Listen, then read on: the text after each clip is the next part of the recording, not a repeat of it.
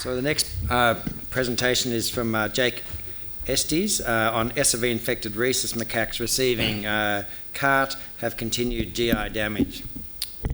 Thank you. As you can see, I'm in the running for one of the longest titles. I don't think I've won, but I am nonetheless. So just by way of background, I think we've learned pretty well at this conference that even with very early combination antiretroviral therapy, HIV reservoirs are established and persist. I think this is quite true with Genetot's RV254 study. Even though the reservoir is reduced, it's still well established, and particularly with the data that was presented with the Mississippi baby. And so I think collectively what these data are showing us is that strategies beyond combination antiretroviral therapy must be utilized to eliminate these persistent viral reservoirs. One of the things that my lab is very interested in is the maintenance of viral reservoirs, and we believe that in order to develop modalities for reservoir eradication, we must first understand mechanisms of reservoir establishment and persistence in vivo. In particular, we think it's important to understand the mechanisms and pathological processes that persist during suppressive combination antiretroviral therapy that may perpetuate viral persistence. So the overall hypothesis of the study that I'm going to report to you today is that low persistent levels of inflammation and immune activation in lymphoid organs such as the gut, lymph node, and spleen sustains localized viral production and persistence. So the study that I'm going to present today is a small pilot study. It consists of 5 rhesus macaques that were infected with SIV-MAC251. 8 weeks later, they were put on combination antiretroviral therapy, FTC, PMPA, raltegravir, darunavir, boosted ritonavir. They were put on for just 20 weeks and sacrificed. At this time, we did a detailed necropsy in which we took all of the organs in the animal, from the brain, lung, all of the lymph nodes, lymphoid tissue, kidneys, liver, intestine, and we performed ultrasensitive measurements of both viral DNA and viral RNA in the tissues, both whole tissues and cell suspensions. I'm only going to show you data from the whole tissues today. And then we did a detailed histological assessment to look at inflammation, GI damage, and viral replication using our histological techniques and in situ hybridization. So in these 5 animals, this is the plasma viral loads. The shaded area is the time that the animal was put on antiretroviral therapy and then sacrificed at 28 weeks post-infection. And while all of our animals were below the limit of detection in our standard assay, below 30 copies by the time that they were necropsied, you can see that one of the animals took a little bit longer to persist, to suppress. But most of our animals were suppressed for at least 8 weeks prior to the sacrificing of the animal and the tissue collection. So these are the viral RNA and viral DNA data. Viral DNA is shown in the squares and viral RNA is shown in the circles.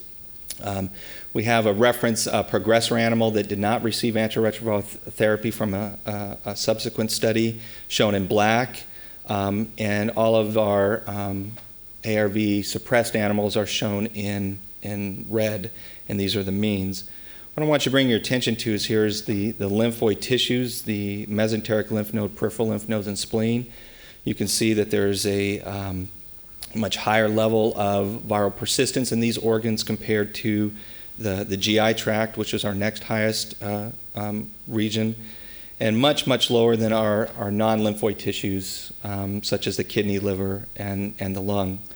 Well, another thing to keep in mind and to look at here is that while there was a significant reduction in the viral RNA in all of our tissues compared to our non-progressor animal, the viral DNA levels are relatively stable over this period of time in the treatment. So what I'm going to show you now is some data from the lymph nodes as far as viral replication. And we really wanted to understand what was resulting in this persistence within these environments. The RNA that we're measuring can be from a variety of different sources. It can be from cells that are actively producing virus, or it can be from virus that's retained on the FDC network. So we looked at this by in situ hybridization. This top panel here is the animal prior to going on antiretroviral therapy. You can see an abundance of FDC-trapped virus as well as productively infected cells in the follicle and in the T cell zone. This is a higher magnification shot of this region right here. So you can see the individual viral particles using our new RNAscope method. And this is the animal on completely suppressive combination antiretroviral therapy as measured in the blood. We still have some follicles that have persistent virus within the FDC network. In addition, in 4 of the 5 animals, we actually found virus production within the lymph nodes. So we have individual cells that are producing viral RNA. These are contained in both the peripheral lymph nodes, the inguinal lymph node, the axillary lymph node. We found them also in the spleen and in the mesenteric lymph node, or the GI draining lymph nodes. So we wanted to try to understand what would be driving this viral persistence in the context of suppressive therapy. So we began to look at the immunopathology that may exist or persist in the GI tract. And so we looked at GI damage, and one of the ways we do that is by looking at neutrophil infiltration as a surrogate marker for damage to the epithelial barrier. This is the animal, 2 representative animals prior to infection. These are rectal biopsies. This is at 8 weeks post-infection, right before they went on antiretroviral therapy, and then 20 weeks after therapy. What you can see is there's just a significant amount of damage within the GI tract prior to therapy, and while this is reduced, there still is evidence of persistent neutrophil infiltration or GI damage. We could quantify the extent of the neutrophil infiltration, and what we can see is that prior to infection, we have just a very low level of neutrophils within the lamina propria, the GI, significant augmentation at 8 weeks post-infection. And while it is reduced after antiretroviral therapy, it is significantly elevated compared to our control. We also wanted to look at the level of inflammation associated with this persistent damage.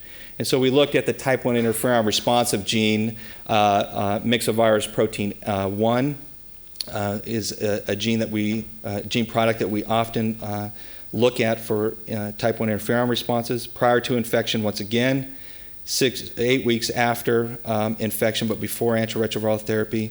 And you can see that this still persists after 20 weeks of antiretroviral therapy.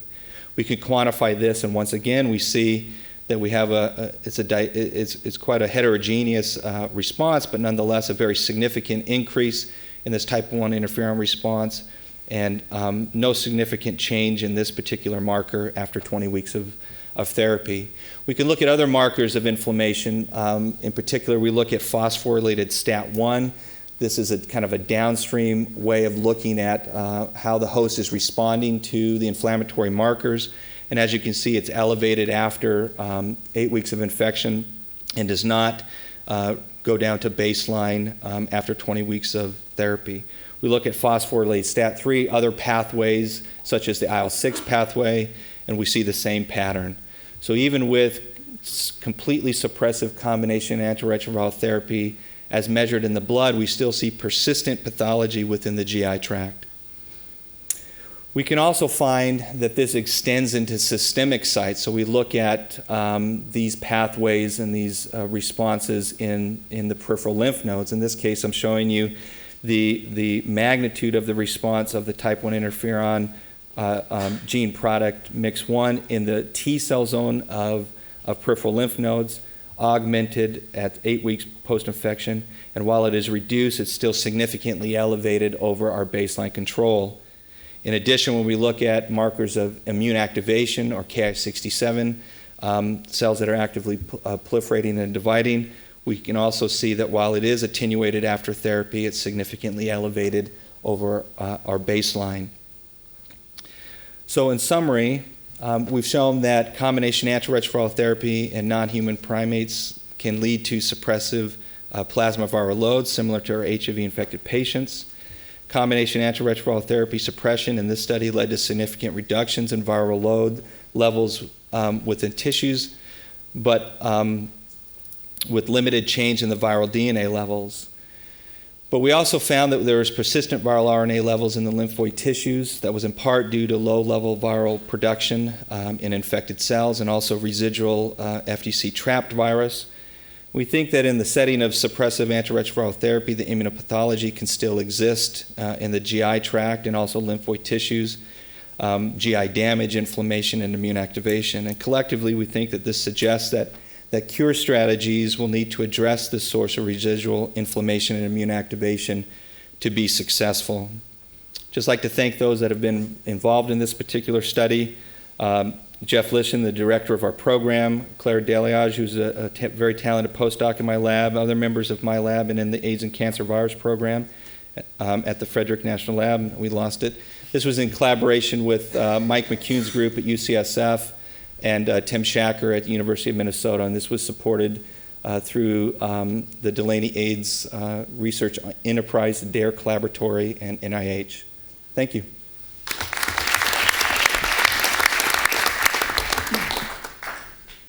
Very beautiful work. Thank you. I have two questions. First, the kinetics. Don't you think that analyzing this phenomenon 28 weeks after introduction of art, if I understood correctly, might not be too early? And second, it has been well shown by Courtney Fletchner and other pharmacologists that the penetration of antiretroviral drugs in the tissues is not very good, particularly in lymph nodes. So don't you think that these two factors might diminish a little bit the conclusion of your findings? You know, with animal studies, there are always issues with how long you carry out these animal studies. We've had animals on antiretroviral therapies for over a year in other studies that we've done, and we still see persistent inflammation. In this particular study, this sustained antiretroviral sustained, regimen? Yeah. So these are consistent with those data, and for this particular study, we're using this as basically our baseline animals for other adjunctive therapies that we're going to be administering into animals to try to attenuate this inflammatory response that persists. So certainly going longer is better, but there's also a cost to that as well.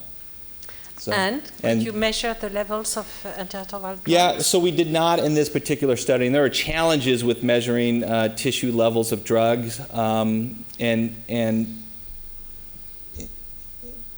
I'll just leave it at that. We haven't in this particular study. We've worked with Courtney Fletcher, and we've given him tissues from many of our antiretroviral suppressed animals, and it's not as clean as we'd like to see it yet.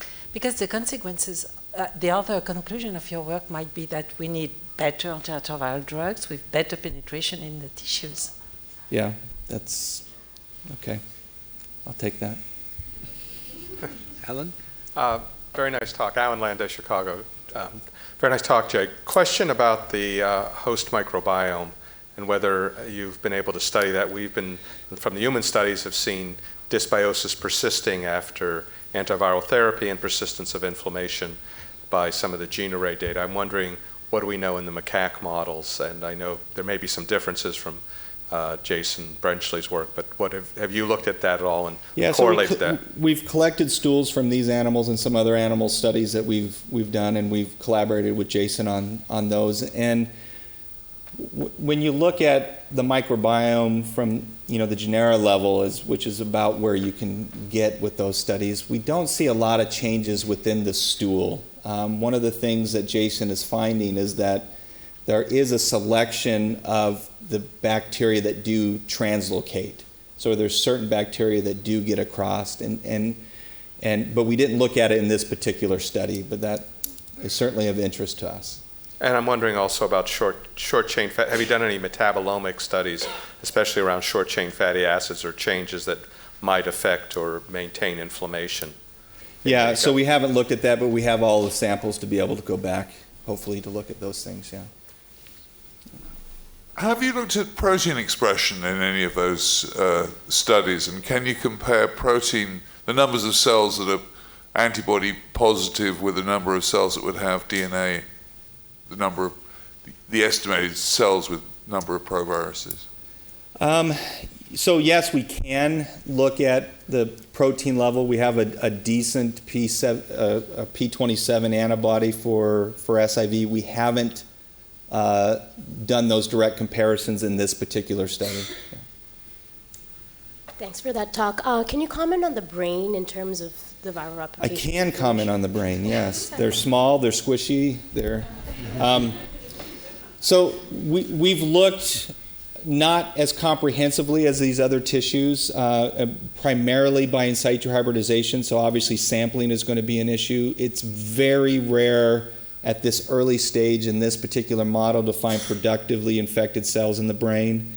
And in about 100 sections from each compartment of brain, so we're taking each lobe, we found 2 productively infected cells, so it's very rare.